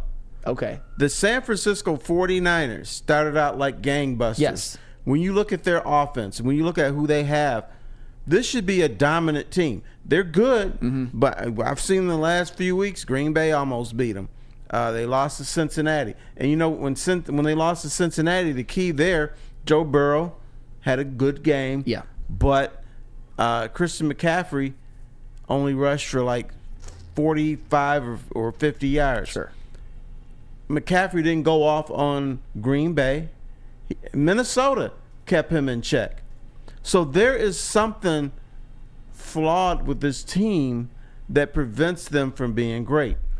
But in those games that you mentioned, Deebo Samuel went out early against the Packers. He didn't play against the Vikings. And he didn't play against the Bengals. I'm not saying that it's the end-all, be-all. And he may not finish this game. He may not finish this game. He may be not 100%. And as much as nobody wants to wish for injury, in theory, you'd like to play the 49ers at their best and say that you beat the best team in the NFC regular season-wise at their place at their best. But as Deebo Samuel's already hurt and he's already hampered, I mean, every team deals with injuries. The Lions have been without Emmanuel Mosley all year. They've been without James Houston all year. He still might not play. We don't know about that. They're going to be without Jonah Jackson. So everybody goes through it, and Deebo Samuel, it's a shoulder, and that's a guy that takes a lot of punishment. Like I said, his career is going to be shortened because of how often he carries the ball out of the backfield. But yeah, I'm not saying that the 49ers are invincible, that they're gonna roll the Lions if Deebo Samuel plays. I'm just more pointing out that the 49ers are a different team with Deebo Samuel in the lineup. He's more important than I think his stats or his numbers, although very, very great, really indicate, because there were 5 49ers offensive players who were all pros and Deebo Samuel wasn't one of them. I think he's a more important offensive piece of this team than Brandon Ayuk, for example. But Brandon Ayuk had the gaudy numbers this year and Deebo Samuel did not, but he also missed a couple of games. Yeah, there are some guys that add stability. Yeah. And I think the thing with Deebo Samuel, even if he's not catching the ball, even if he's not yakking you up, yeah, he's doing something that changes the view of that defense. So it may not be him, but it's somebody else getting a few more yards than they would expect, because you've got to respect this guy so much. Yeah, no, he's somebody that has done a lot of damage to a lot of different defenses and strikes fear into some defenses, although we shouldn't fear anybody on the 49ers or fear them, but Deebo Samuel is certainly one of the greatest weapons in the NFL. And yeah, now that we're done giving the 49ers too many props, which Terry, you said kissing their ass, we're going to talk about we're going to all give our score predictions for the game, and I think this is going to be one of the most exciting segments, and I cannot wait to see who in particular Terry Foster predicts to win the game. But before then, I have to tell you about a place where you can go work out, where maybe some of the Lions players can get a workout if Allen Park just isn't quite getting enough work for them. Planet Fitness. Planet Fitness is home of the judgment-free zone where anyone, and we mean anyone, can feel comfortable and work on their fitness goals. At Planet Fitness, you'll experience a squeaky clean gym that has tons of equipment, a full-body workout in just 30 minutes, and all memberships include fitness training. You get all of this for only $10 a month, no commitment. No matter where you are, there's a Planet Fitness close by. There are more than 50 in Metro Detroit and thousands more throughout the world. It's Planet Fitness, where your fitness is essential. Come to Lady Jane's for an award-winning haircut experience and register for a once-in-a-lifetime opportunity to win an all-expenses-paid suite for the 2024 NCAA tournament for you and 5 of your best buds. Lady Jane's open 7 days a week. Walk in anytime. It's wicked awesome. Brace yourselves, Detroit. As the sun begins to set, 2 of Woodward Sports' brightest young stars will be taking the mic for a brand new show. Woodward Nights with Spooner and Broder. The dog days in Detroit are over, and the boys are unleashed. Join in on the banter and hop on the bandwagon of the #1 night show on the internet. Tune in to the Woodward Sports Sports YouTube channel every weeknight from 8 to 10 p.m. Woodward Nights with Booner and Broder. What up, Woodward Sports? Dispo Dispensary is bringing you the ultimate experience for the big game in Vegas, and they want you there. You can win 2 tickets to the big game, plus a flight, hotel, and accommodations by following these simple steps. First, follow dispo.michigan, @showmedicated, and @showmedicatedcbd on Instagram. Like Dispo's pinned post, comment and tag someone you love to bring. Plus, if you repost on your story, you get an extra entry. It's that easy. Join the Dispo family for a chance to score in Vegas. The big game awaits. Follow, like, tag, and repost now. All right, 3, 2. Hey, it's Chris Hansen, Woodward Sports. Let's go. Well, JB, that was certainly a surprise. I didn't even know you were coming back with Chris Anson. But you know what? To get a ringing endorsement from a man like him is certainly it's certainly something. Welcome back to the Morning Woodward Show live on the Woodward Sports Network. I'm Flannel Sam. We got Terry Foster to my right. We got JB Smoove in the TD booth, and we got Detroit Kool-Aid in the audio booth. And now that we've broke down a lot of the minutia of the game, Terry, I'm going to start with you. What is your score prediction for this game and why? As I thought about this game, the only reason I could give you why the Lions won't win this game is because they're the Detroit Lions. San Francisco and the Lions are essentially the same team. San Francisco has the better reputation. They get the most publicity, and they get the most respect. But it's time. It's time because I think the Lions, we don't want to give them credit for how good they are. This is not your mother's Detroit Lions. And I think they're motivated. They're stimulated. They're probably still a little bit pissed about that Dallas call. And that will play a role in this. And they don't make mistakes. They're going to beat San Francisco 27-24. Ooh, I like that one a lot, TFos. That's, man, imagine all of our blood pressures during that game, especially if it goes down to the stretch. And JB Smoove, what about you? What is your score prediction and why? Oh, man. For some reason, these two numbers have been in my head for a minute, so I'm just going to put this out there, and hopefully it comes to true. But Lions 33, 49ers 24. Wow. Yeah. 2-score game. Yeah, I am predicting this. Hopefully this number comes true. But for some reason, I just don't know why. I keep going back to that Green Bay game with them and the 49ers, and it just confuses the hell out of me as to how the Packers kept this game so close and almost took it away from them from some reason. I just don't know why. But I do believe that somehow Brock Purdy will end up making a mistake, and Kyle Shanahan will also call some play that costed them a scoring possession right there. And if there has ever been a script to believe in, it is the script that the Detroit Lions will make it to the Super Bowl. So you think Kyle Shanahan's going to outsmart himself? I do. I think he's going to overthink something, and somehow, some way, it's just going to cost him. Something in me tells me that he is going to screw this up for them. Bro, as much as respect as Kyle Shanahan has garnered and deserves for being an offensive mind, and obviously the 49ers have been consistent winners under him, the way that he managed the clock at the end of the half, in which they had all of their timeouts and they were at like midfield, and then they ended up kicking a 40-some yard field goal with no time left on the clock because they pretty much just, managed it terribly and it got blocked. The 49ers could have went in and scored a touchdown, but instead Kyle Shanahan played it ultra conservatively, and I don't know. That was a blunder. We talk about Dan Campbell and his clock management issues at points throughout his career, but Kyle Shanahan, that was a terrible, terrible blunder. So the idea that Kyle Shanahan could cost his team a possession or some points, that's valid. You saw it in the Packers game, the last game that they played, in a Packers game in which we all agree the 49ers did not quite look. They didn't play their A game. They got away with it, but if they played that kind of a game, the Lions were beating them for sure. It's Detroit Kool-Aid. Yes, sir. Score prediction for the Lions 49ers NFC Championship game and why? I'm seeing this as a 24-20 Detroit Lions victory. I do believe that whichever quarterback plays the cleaner game, that's the team that's ultimately going to win. And for whatever reason, I just feel like the Lions, as they've done several times this season, are going to force the opposing quarterback into a tough position at the end of the game. Either they won't get the big first down that the San Francisco 49ers need to continue to drive, or they're going to get that game-ending turnover that we've seen them do a couple times this season. It actually makes me a little bit confident because it's been a part of whatever they've schemed up. I remember Justin Jefferson's face at the end of the Vikings game when they lost. Mm-hmm. You know, game-ending interception, man. You know, the Bucs, game-ending interceptions. I don't know. I have that vibe. That's what I'm rolling with. 24-20 Detroit Lions. I love it. A clean sweep when it comes to the Lions winning. You see Jordan Lionheart 31-28 Lions. Lorenzo Peterson 26-24. Man, that would be a Ransom 34-27 Lions. Denzel Vance agrees with you, JB. A 2-score win, 28-17. Man, that would certainly be something.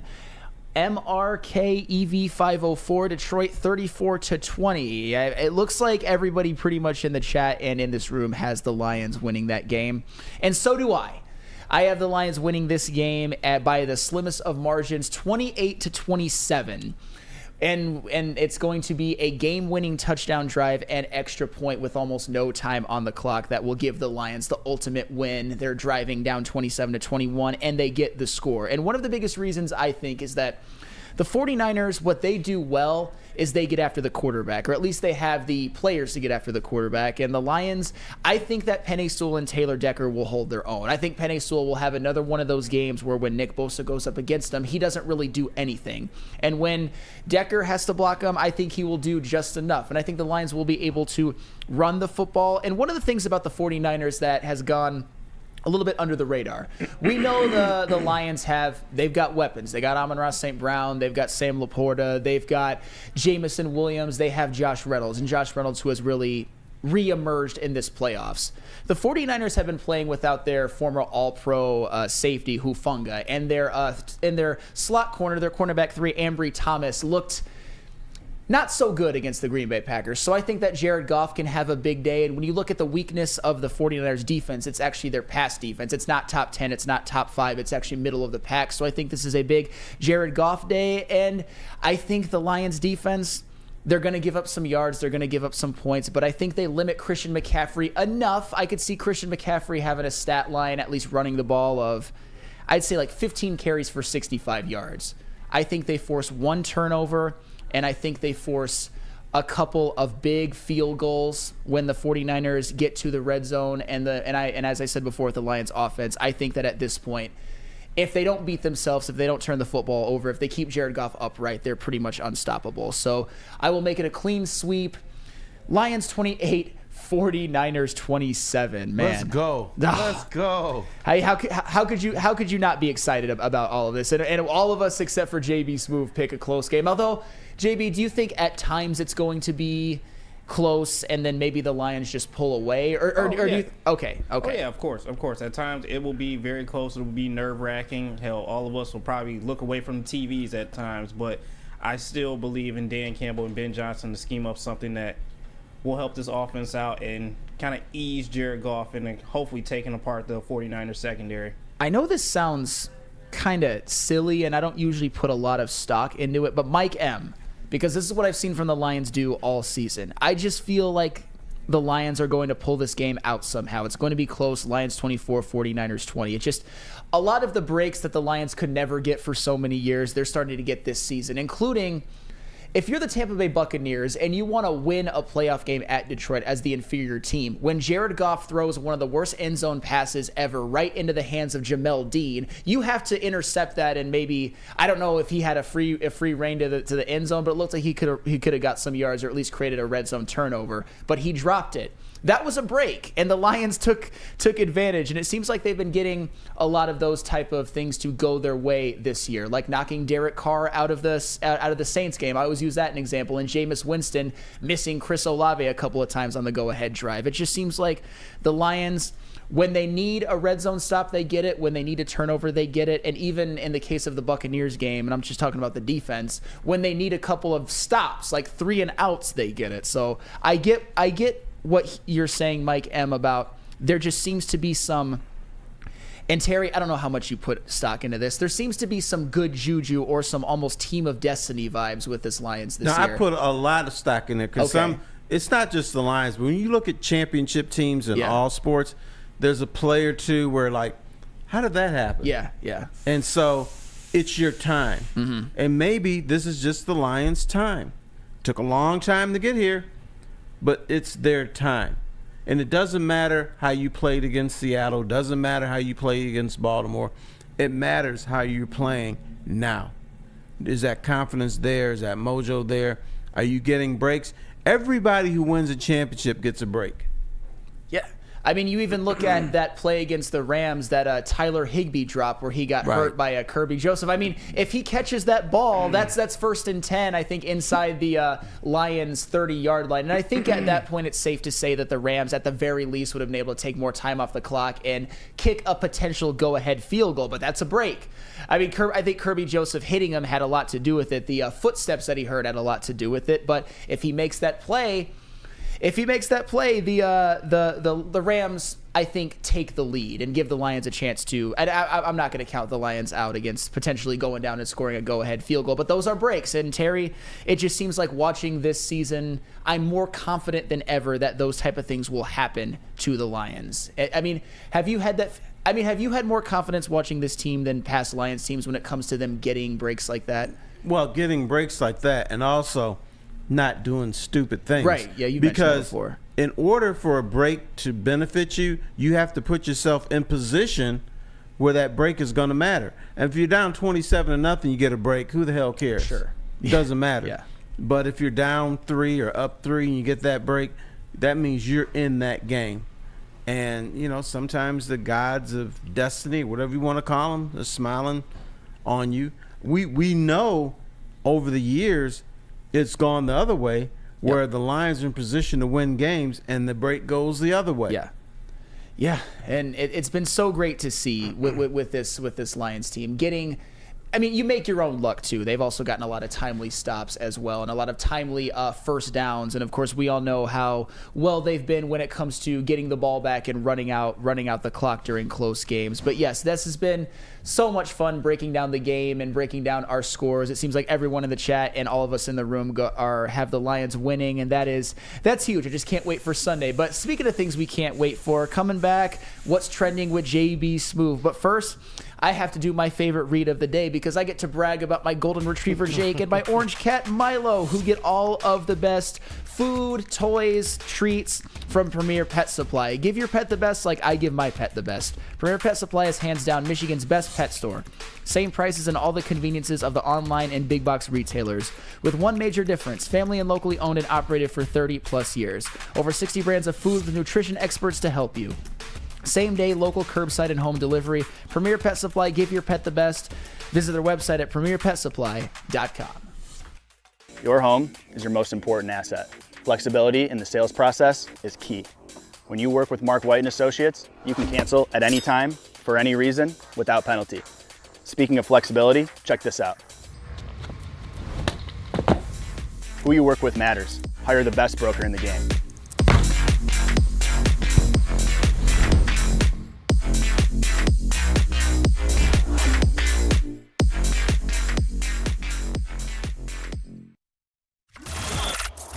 Woodward Sports' own Tom Mazaway and Sam Stick Day will be hosting our Lions postgame show after every Lions game all season long. Tune into the Woodward Sports YouTube channel for his hot-off-the-press takes, game analysis, and Kool-Aid sipping celebrations. You won't want to miss it. Join Maz, Stick, and special guests each week immediately following every Lions game, exclusively on the WSN YouTube channel. What up, Woodward Sports? Dispo Dispensary is bringing you the ultimate experience for the big game in Vegas, and they want you there. You can win 2 tickets to the big game, plus a flight, hotel, and accommodations by following these simple steps. First, follow dispo.michigan, @ShowMedicated, and @ShowMedicatedCBD on Instagram. Like Dispo's pinned post, comment and tag someone you love to bring. Plus, if you repost on your story, you get an extra entry. It's that easy. Join the Dispo family for a chance to score in Vegas. The big game awaits. Follow, like, tag, and repost now. since the dawn of moving people. I'm kidding. Feldman Chevrolet, Detroit's #1 Chevy dealer. With 18 locations, there's a Feldman dealership in your backyard. Since 1996, Feldman Automotive has been driven to provide a fast, convenient, and first-class car buying experience called the Feldman Advantage. Visit feldmanauto.com to find the location nearest you. Catch Woodward Sports Network live from Feldman Chevrolet of Novi every other Monday. I know you guys set your clocks to this, set your alarm to this, and for everyone who's been watching the show, thank you, and you've been looking forward to this. It is now time for What is Trending with JB Smoove. What do you got for us today? Oh, man. Well, it's official. Our boys are headed to the Bay this weekend to take on the 49ers, but have no fear. And if you're heading downtown tonight, look up at the skies across from Ford Field or over Ford Field and check out the drone show that is happening tonight at 8:30. So if you're headed downtown, maybe to the casino to spend some money, or you're just, date night, look over at Ford Field and there should be a drone show going on presented by the Detroit Lions. So guys, what do you think about this drone show that they're having? That drone show is beautiful. They had it at the train station. Yeah. And they had the NFL logo. They had I think Fox was doing the game, and then they had the big giant line. That's really well coordinated. It looks really nice, and it is something worth checking out. Oh, it's one of those things that is so spectacular that you almost don't think it's real. That you could only Photoshop or AI that, but it is certainly real, and it's immaculate. And Mike G in the chat, it's official. JB is cooler than Kelsey, and Taylor should be dating JB. Oh, well, appreciate that. Thank you. Yes. Could you handle that, big Mike boy? G's the man. I don't know if I can handle that. But, that's a tall girl now. It's a tall girl, but I'm afraid of the album that comes afterwards, so I don't know about that. Well, just don't break up with her. Yeah, she doesn't have the best track record, so I don't know. There's not much I can say about that, but it's a sad day in the NBA, or at least for me, I'll say. So the 2024 NBA All-Stars got announced, as you can see, for Team LeBron and Team Giannis. No Cade on there either, no Ivy. But above all else, for the first season since 2013, a healthy Steph Curry will not be in the starting lineup of the NBA All-Stars. Wow. Can you believe this?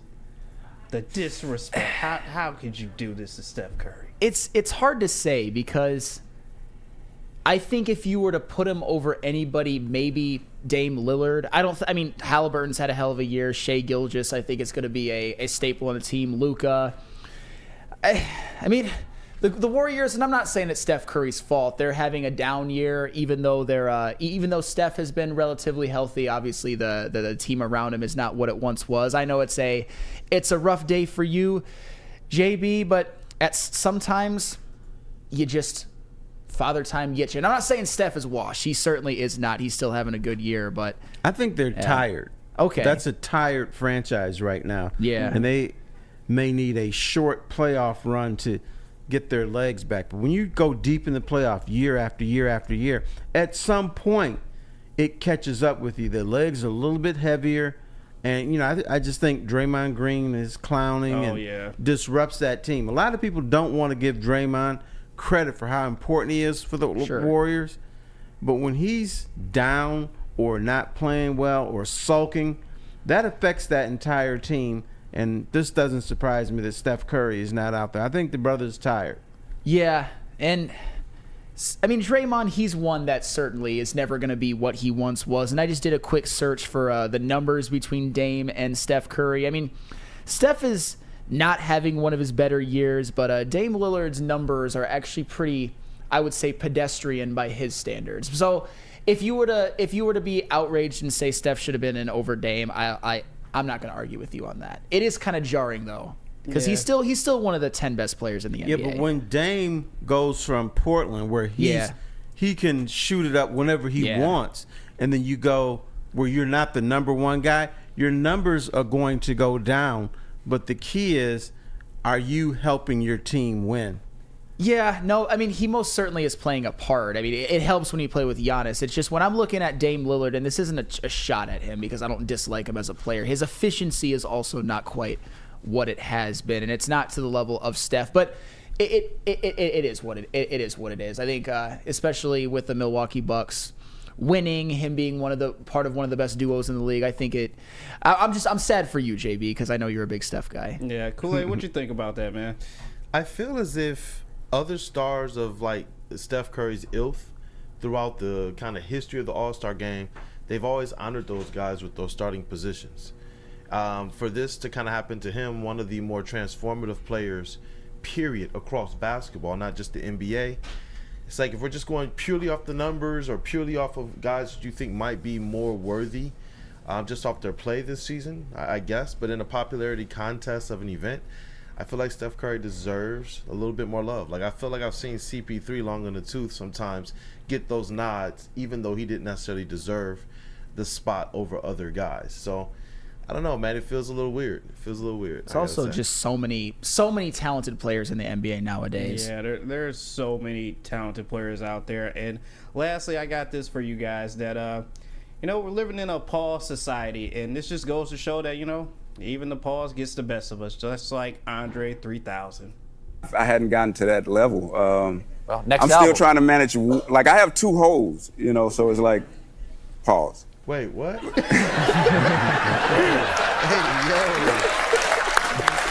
I hadn't gotten to that level. I'll play a I'm still trying to manage. Like, I have 2 holes, so it's like, pause. This just goes to show that, even the pause gets the best of us. Sorry, Andre, but this had to happen. Hey, even the best of us, it's good to see, because we all have our pause moments, that even somebody like Andre 3000 can have them. And just to clarify the last topic, because it hasn't been this way in the past couple of years, I don't think. It's East versus West when you look at the starters. So the question would be, does he deserve to start Steph Curry over Shai Gilgeous-Alexander and Luka Doncic, which I would probably say no to this point. And maybe that's why Dame Lillard got the nod out of the East. Chuck Brewer pointed that out. I appreciate that. But yeah, Andre 3000, one of the all-time greats, and still has a pausable moment. Ain't that something? Yep, that's terrible. But that's it for What's Trending with JB. Back to you guys on the desk. All right, thank you so much. Our lives are all more enriched by What's Trending with JB. It's thought-provoking, it's funny, it's humorous, and I think everyone in the chat loves it. And when we come back, we are going to do mailbags. So get your questions in the chat right now. We will try to get as many of them as you can. This is the Morning Woodward Show on the Woodward Sports Network.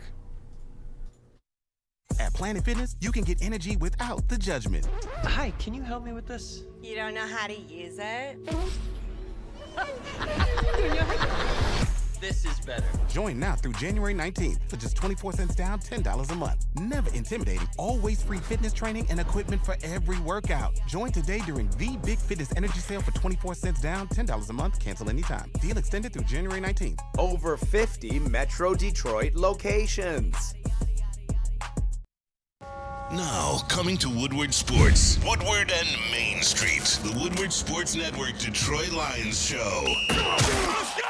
Catch Gabrielle D. Phillips, Matt Broder, and Terry Foster for all the latest news on your Detroit Lions every week. Only on the Woodward Sports Network YouTube channel and woodwardsports.com. Feel alive during Feldman Chevrolet's biggest New Year's sales event ever. Get the best prices on our huge selection of award-winning Chevrolets. Like this 2024 Equinox for $188 per month. Or this 2024 Silverado for $268 per month. It's the New Year's sales event going on now at Feldman Chevrolet, Michigan's #1 Chevy dealer. Come to Lady Jane's for an award-winning haircut experience and register for a once-in-a-lifetime opportunity to win an all-expenses-paid suite for the 2024 NCAA tournament for you and 5 of your best buds. Lady Jane's open 7 days a week. Walk in anytime. It's wicked awesome.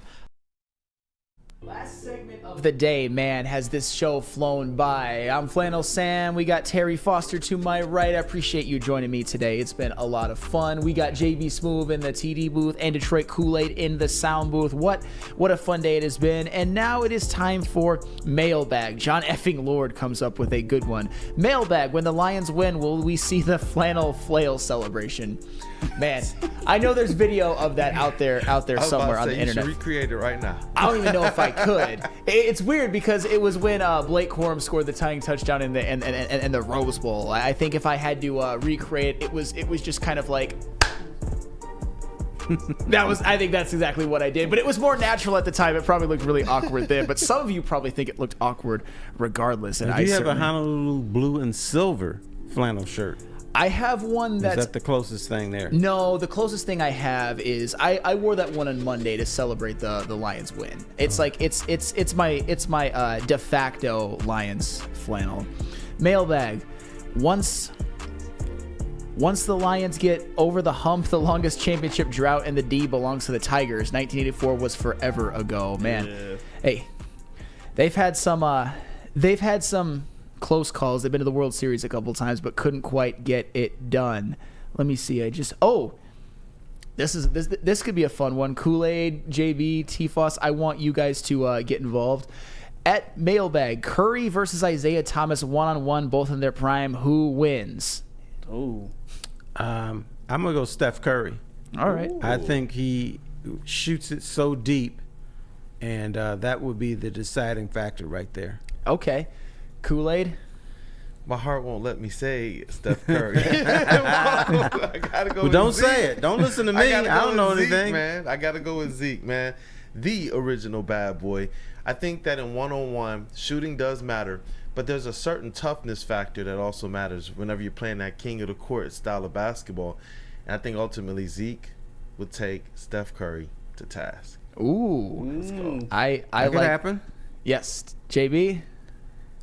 My heart won't let me say Isaiah. I'm sorry, Kool-Aid. I gotta go with my boy Steph on this, and I gotta agree with Terry. Like he's a shooter. He's a dead eye out there. But I do think that Isaiah's toughness and his defense will definitely give Steph fits out there when trying to guard him. But I still gotta lean Steph on this. Man, that's See, maybe this is just me. I didn't think Isaiah was a great defender. I thought he was all right, but particularly later in his career, he got what I call juicy booty. And he wasn't able to defend as well as he could earlier in his career. And so you could get by him now and then. And so that's why Rick Mahorn and Bill Lambier or whoever, or Dennis Rodman and John Sally had to clean up for him. Yeah, I love that term. And speaking of TFos, and this is I think this is an interesting question. Did you think, because I know you predicted the Lions to win this year's NFC Championship game, did you think that the Lions had a chance in the the NFC Championship game following the 1991 season against Washington? I did not. Okay. I thought they would get destroyed. All right. Because I really thought, even though they made the NFC Championship game, I thought there was too many divisions within that franchise, not just with the players. It wasn't really, it was with the coaches and the players. I don't think they really believed in each other. This team believes in each other. And so I think they have a much better shot than they did in 91. And plus, Washington was so good that year. They destroyed them earlier in the season. And I was at that game. And I got sick and tired of hearing that stupid fight song, the Washington, "We Are the Redskins." And the stadium was shaking every time the band played the song, and the fans were jumping up and down. It was a miserable day. Yeah, I can only imagine. It seems to be a different vibe going into this NFC Championship game, and I can only go off of what people who were there say. So TFos, that's very. It's very welcoming that you're not just saying that the Lions have a chance to win just because it's the Lions. You actually feel that going into San Francisco, whereas in 1991 you didn't think they did have a chance. And yes, that was a all-time great Washington team that went on to beat, I believe, destroy the Buffalo Bills in the Super Bowl. And this is for you, Kool-Aid. I don't doubt for a second if they played today, Zeke would be a much better shooter from the 3. No way he loses. Kool-Aid? Ooh. Man, that's a good one there. I feel like Steph Curry for the 3-point line, I have to give him this props where it's due. Zeke was really, really, really good offensive player, especially when I felt like the pressure got turned up, man. But Steph Curry has been on an absolute another level as it relates to shooting a 3-pointer. I mean, Steph Curry's shooter the ever. best 3-point shooter in history. Absolutely, that's universal at this point. Yeah. Weezy D313. I could, my heart wouldn't let me. I don't, that. dude. I don't blame you at all. Weezy D313. Did Sam predict McCaffrey getting knocked out of the game? No.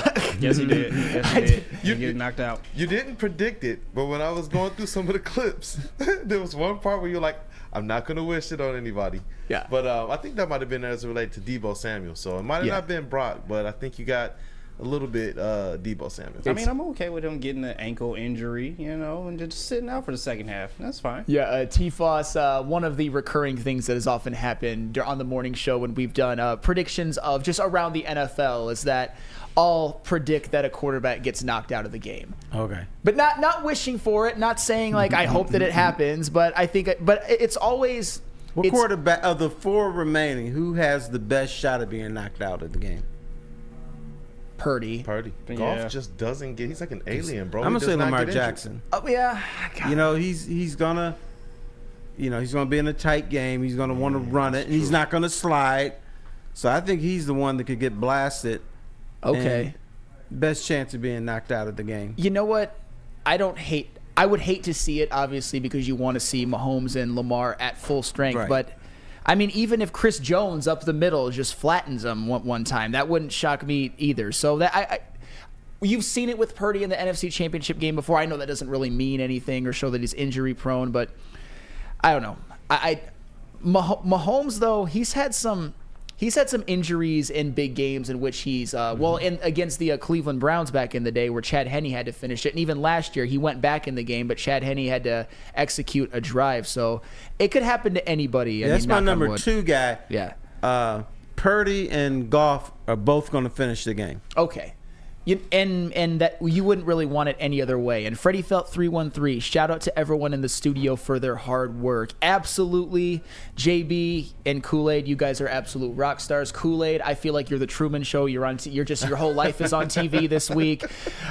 You got anything else? Are you back on the heavyweights tonight or not tonight? Okay, man. all right. But So I definitely enjoyed the opportunities and all you guys' support, man. It's been awesome. Right. I appreciate that, Freddie Felt 313 for that recognition, and TFos, thank you so much for being here. You're the guys that work hard. I just kind of show up and flap my gums now and then. So it's very compelling gum flapping. People want to hear from the legend Terry Foster and JB Smoo. Of course, you are the GOAT of this network, the absolute GOAT of this network. But you know who else is the GOAT?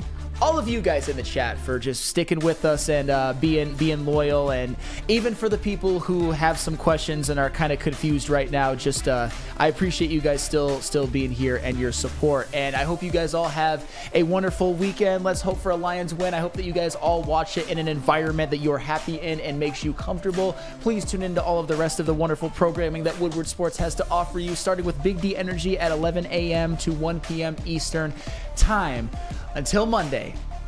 Hey, bro, you did a great job. Thank you, Kool-Aid. Appreciate it. You guys as well.